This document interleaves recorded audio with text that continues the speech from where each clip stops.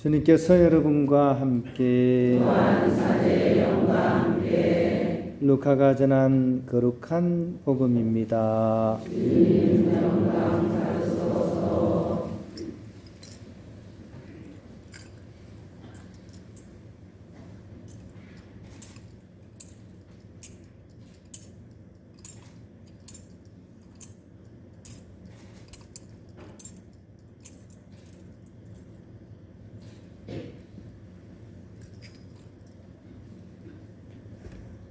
그 무렵 아우구스투스 황제에게서 칙령이 내려 온 세상이 호적 등록을 하게 되었다. 이 첫 번째 호적 등록은 퀴리니우스가 시리아 총독으로 있을 때 실시되었다. 그래서 모두 호적 등록을 하러 저마다 자기 본향으로 갔다. 요셉도 갈릴레아 지방 나자렛 고을을 떠나 유다 지방 베들레헴이라고 불리는 다윗 고을로 올라갔다. 그가 다윗 집안의 자손이었기 때문이다. 그는 자기와 약혼한 마리아와 함께 호적 등록을 하러 갔는데 마리아는 임신 중이었다. 그들이 거기에 머무르는 동안 마리아는 해산날이 되어 첫 아들을 낳았다. 그들은 아기를 포대기에 싸서 구유에 뉘었다. 여관에는 그들이 들어갈 자리가 없었던 것이다. 그 고장에는 들에 살면서 밤에도 양떼를 지키는 목자들이 있었다. 그런데 주님의 천사가 다가오고 주님의 영광이 그 목자들의 둘레를 비추었다. 그들은 몹시 두려워하였다. 그러자 천사가 그들에게 말하였다. 두려워하지 마라. 보라, 나는 온 백성에게 큰 기쁨이 될 소식을 너희에게 전한다. 오늘 너희를 위하여 다윗 고을에서 구원자가 태어나셨으니 주 그리스도이시다. 너희는 포대기에 쌓여 구유에 누워 있는 아기를 보게 될 터인데 그것이 너희를 위한 표징이다. 그때 갑자기 그 천사 곁에 수많은 하늘의 군대가 나타나 하느님을 이렇게 찬미하였다. 지극히 높은 곳에서는 하느님께 영광, 땅에서는 그분 마음에 드는 사람들에게 평화.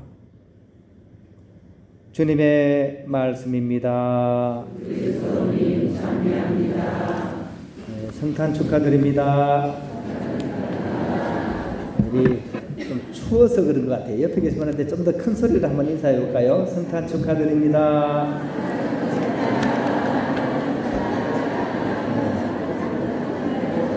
아유, 예.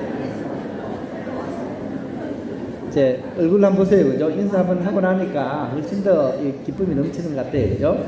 제가 축가를 불러드리겠습니다. 축가를. 그죠? 이혜인 수녀님이 시를 지었고, 또 부활이라는 그룹이 곡을 붙여가지고 이런 노래를 만들었어요. 오늘 좀 어울리는 노래이지 않나 싶어가지고 한번 불러보겠습니다. 꽃이 필 때, 꽃이 질 때, 사실은 너무 아픈 거래. 이런 노래입니다. 근데 기뻐야 돼. 좀 슬프죠, 그죠? 원래 너무 아름다우면 약간 슬픈 기색이 보인대요, 그죠? 근데 사실은 오늘 이 성탄의 의미가 좀 인간적으로는 좀 짠해요, 그죠? 왜냐하면 우리의 희망, 빛, 구원자이신 아기 예수님이 오시기까지 너무나 참 아팠기 때문입니다. 거룩한 아기가 태어난다는 그 소식에 헤로데라는 폭군은 군대를 출동시켜가지고 수많은 무지한 아기들의 살육을 벌였고, 또 그 아기 오신 베들레헴은 너무나 부달것없는 그런 깡촌이었습니다.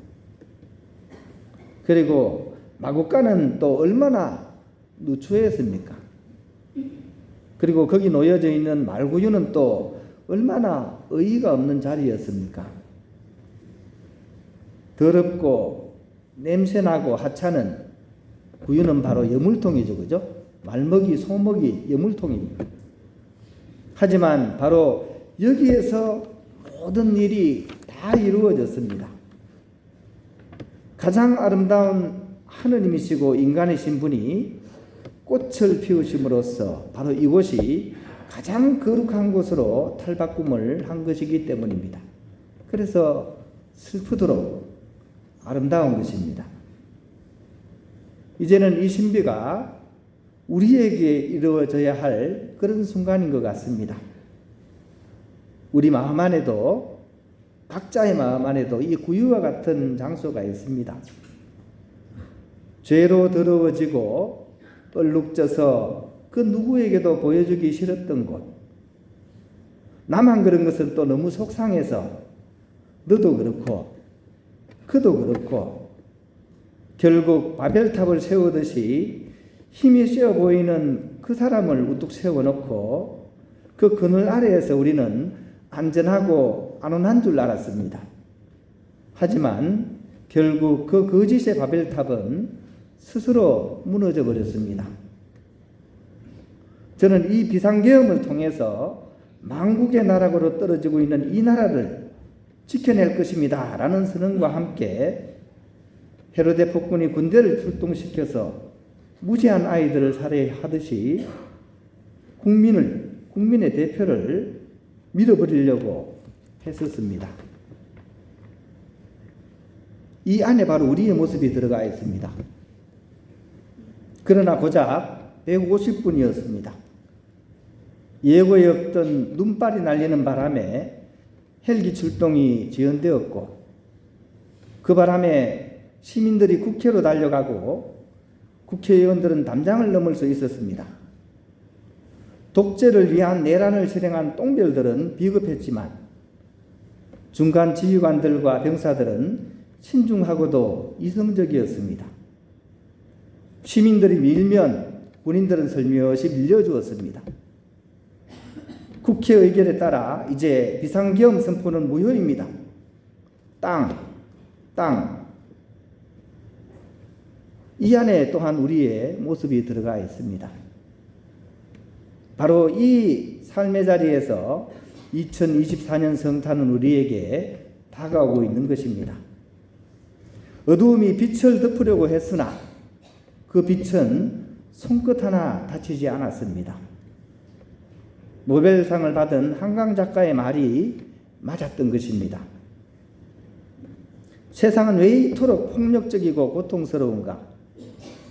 그러면서도 동시에 이 세상은 어떻게 이렇게 아름다운가? 인간은 어떻게 저렇게도 폭력적이며 동시에 어떻게 그 폭력의 반대편에 설 수 있는가? 우리는 이 양면의 모습을 다 지니고 있습니다. 내가 국민의힘을 지지하건 민주당을 지지하건 우리 모두 그 양면성을 지니고 있습니다. 우리는 솔직히 인정해야 됩니다. 지금까지 우리가 어두움과 폭력의 자리에 서 있었음을, 그것을 참여하고 속죄하는 우리가 되어야 됩니다. 정의로운 사람이 되기보다는 힘 있는 사람임을 선호했고, 선량한 사람이 되기보다는 돈 많은 사람이기를 우리가 원했기 때문입니다. 이제 이 어두운 마국간, 구질구질한 구유일망정, 빛이요 희망으로 오시는 주님께 이 빈자리를 내어드릴 수 있어야 하겠습니다. 바로 이곳을 아기 예수님께서는 당신의 겉으로 삼고자 하십니다. 그래서 가장 더럽던 이곳이 가장 거룩한 곳, 하느님의 구원의 꽃이 피어나는 그런 곳이 될 수 있도록 우리 자신을 솔직하게 반성하고 우리 모두를 위해서 기도하는 그런 우리가 될 수 있어야 하겠습니다. 처음에 너무 슬픈 노래를 불러드렸는데 이 노래를 조금만 더 연장해 보면 이런 노래가 될 것 같습니다. 꽃이 필 때, 꽃이 질 때, 사실은 참 아픈 거래. 그러나 꽃을 피우고 열매가 달려질 때, 사실은 참 행복한 거래.